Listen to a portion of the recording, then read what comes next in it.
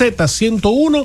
Es el tiempo de mi hermana Ivonne Ferrer. Bueno, mire, hoy aparece en los diarios, aunque es una nota internacional, pero se destaca aquí porque tiene que ver y compete con República Dominicana. De hecho, nosotros en estos días estuvimos hablando sobre los últimos informes de la CEPAL respecto de la situación, desde la situación de la región. Y el periódico Hoy, bueno, todos los diarios de hecho se detienen ante esta cifra que habla de la caída del Producto Interno Bruto, que será de 5.3%. Por supuesto que con un aumento de la pobreza, ¿no?, a 24.7%, y el desempleo que va a aumentar a 9.4%, con unas recomendaciones nuevas a los gobiernos sobre el enfoque en las realizaciones de las transformaciones estructurales, dicen ellos, y eso por supuesto nos detiene en todo lo que hemos estado tratando, de lo que hablaba Jesús ahora, de lo que hablamos todo, el tema de la pandemia y cómo está y cómo sigue desnudando las cifras post-pandemias y la situación de las clases trabajadoras en el mundo, pero también de esos vulnerables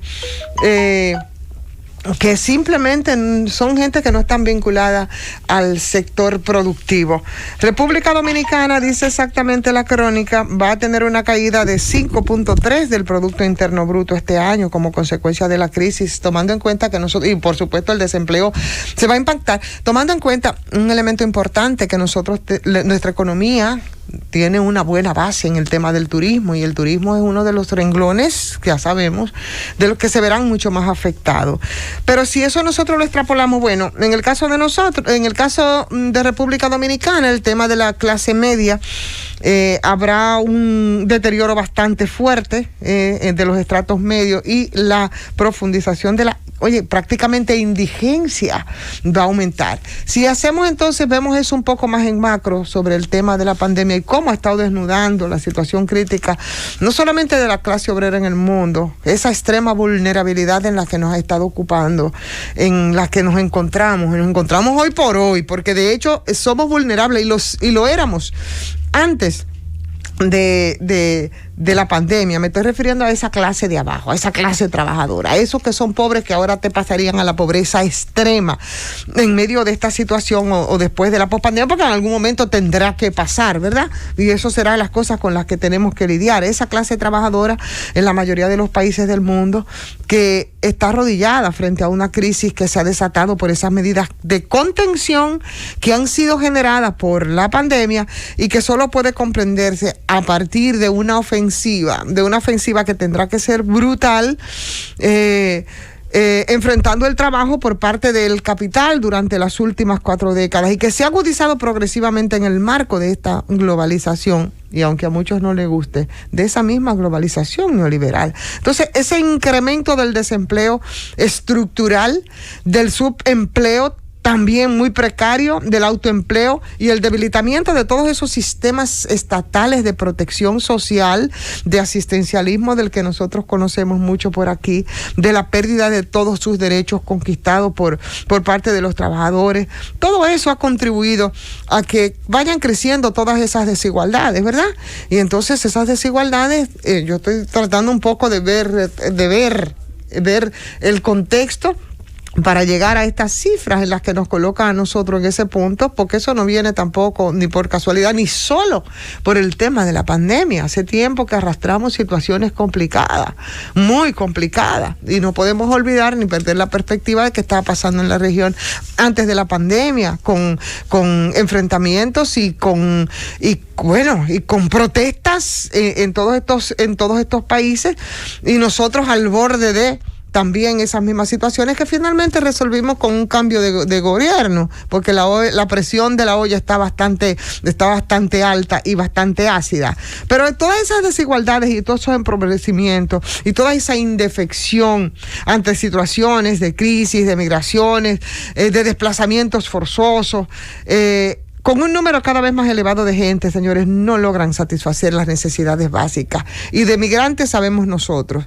Óyeme, de migrantes, de gente que han tenido que salir del país de manera forzosa igual, que después remuneran con también una algo que consolida un poco nuestra economía con el tema de la remesa por ese espíritu, ¿no? de solidaridad de los seres humanos, y nosotros que no somos la excepción en ese caso. Pero yo creo que eso hay que hacer énfasis entonces ahí para ver este gran desafío que nos está planteando la CEPAL en el capítulo que corresponde a República Dominicana sobre un tema de esa pobreza, de la caída más de lo que lo tenemos, porque no es verdad.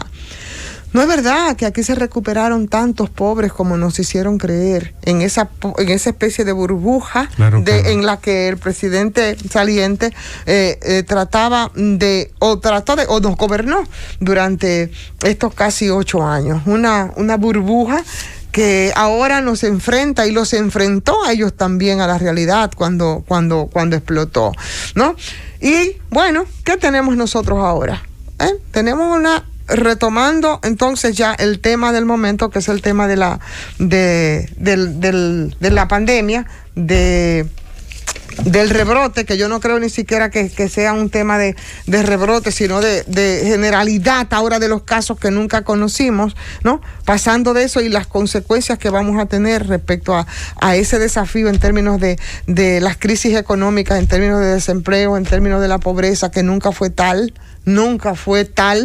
el enfrentamiento a esa pobreza, y yo creo que nosotros en los últimos tiempos ha aumentado, y ahí en medio de eso es que nos agarra, y por eso esta cifra nosotros la tenemos en este momento, y con eso vamos a lidiar. En otro... Quiero sí, claro, pedir a la gente que nos escucha, que a los que creen además, que oremos por la salud de Víctor José Víctor, que está en una situación bastante delicada por el tema del COVID. Creo que su esposa también. Sí, pero ella está mucho mejor, mucho más estable. Qué bueno. Pero Vitico está en una situación de salud bastante complicada. Puntualizar solamente, Ivonne, de que recordar que República Dominicana es un país pobre y tiene Luis Abinader también, que asumirá el poder ahora el 16 de agosto, la gran tarea de reactivar la economía dominicana, esa economía que durante años venía creciendo y que, quieras o no, era modelo en Latinoamérica, que se reflejara aquí en el patio, en las personas, eso es otra cosa. Pero mientras tanto hay que reconocer de que la economía dominicana venía creciendo.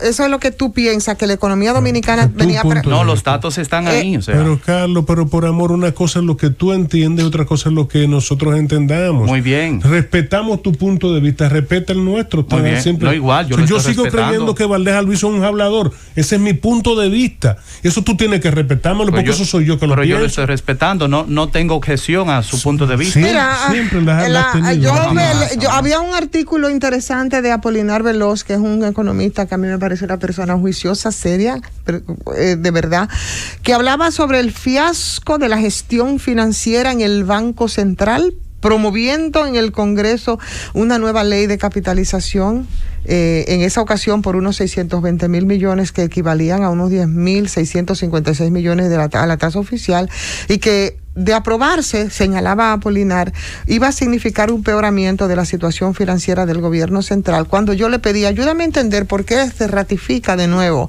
en el cargo al gobernador del Banco Central, si eso es parte de una estrategia de las autoridades que van a entrar, porque lo que tú estás diciendo, Carlos, lo que estás repitiendo, y nosotros estamos precisamente, cuando tú haces un periodismo diferente, que es intentar por lo menos analizar o opinar.